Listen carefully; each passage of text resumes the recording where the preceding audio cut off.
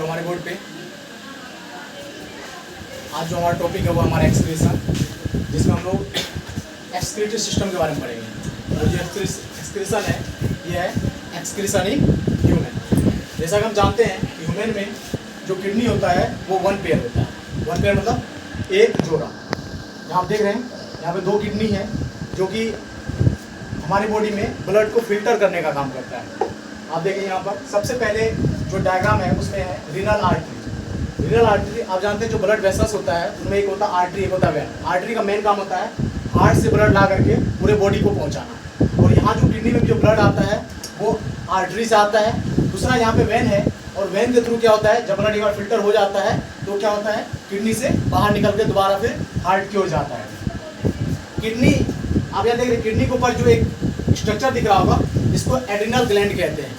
ये endocrine system मदद करता है। अगर आपने हार्मोन नाम सुना होगा एड्रिनलिन तथा नॉर एड्रिनलिन, जो कि फाइट और फ्लाइट हार्मोन कहते हैं, लड़ो या भागो, वह हार्मोन यहीं से रिलीज होता है।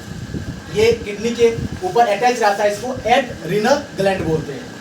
किडनी जो है वो नेफ्रॉन का बना होता है। किडनी का जो स्ट्रक्चर फंक्शनल यूनिट होता है वो नेफ्रॉन होता है। किडनी में मेन ब्लड फिल्टर करने का जो काम करता है वो नेफ्रॉन करता है। ऐसा माना जाता है, ऐसा है कि किडनी एक दिन 24 घंटे में लगभग 180 लीटर ब्लड को फिल्टर करती है। 180 लीटर। लेकिन उसके बावजूद भी जो हम मूत्र विसर्जन करते हैं या यूरिन का जो फॉर्मेशन होता है वो लगभग 1.5 से 2 लीटर ही होता है।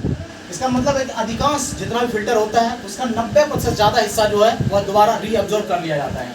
और जो फिर उसके बाद बचता है वह फिर किडनी से बाहर निकलता है। और यहाँ पे किडनी जहाँ पर यहाँ पे थोड़ा सा कॉन्केव भाग है, यहाँ पे धंसा हुआ भाग है जिसको हाइलम बोलते हैं। ये जो दोनों धंसा हुआ भाग होता है इसको हाइलम बोलते हैं। इसी हाइलम से एक मस्कुलर ट्यूब निकलता है जिसको यूरेटर बोलते हैं। यूरेटर भी वन पेयर्स होता है, लेकिन एक राइट किडनी से और एक लेफ्ट किडनी से, और वो खुलता है यूरिनरी ब्लैडर में।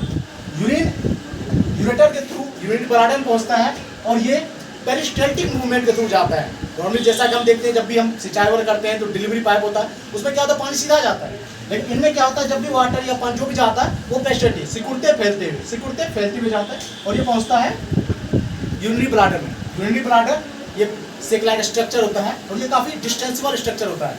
इसमें जो यूरिन है वो 250 से लेकर के 750 ml यूरिन तक एक बार में स्टोर हो जाता है। और जब एक बार सही अमाउंट इसमें स्टोर हो जाता है तो इसके बाद स्ट्रेचिंग होती है। स्ट्रेचिंग होने से ब्रेन को मैसेज आता है, फिर ब्रेन भेजता है यूरिनेशन की अर्ज को, और फिर क्या होता है इच्छा अनुसार यूरिनेट किया जाता है। इसका सबसे अगला हिस्सा देखिए यूरेथ्रा है।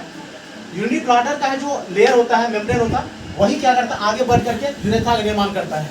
गर्ल्स में इसकी लंबाई लगभग 4 सेंटीमीटर होती है, बॉयज में ये लगभग 15 से 20 सेंटीमीटर तक होता है। और इनका मेन काम है, और बॉयज में क्या होता है ये यूरिनरी ब्लैडर से लेकर के पेनिस के लास्ट ओपनिंग जो मेन ओपनिंग होता है वहाँ तक ये फैला रहता है। और इसका सिर्फ मेन काम है यूरिन को पैसेज आउट करने का। ये हमारा एक्सक्रीटरी सिस्टम।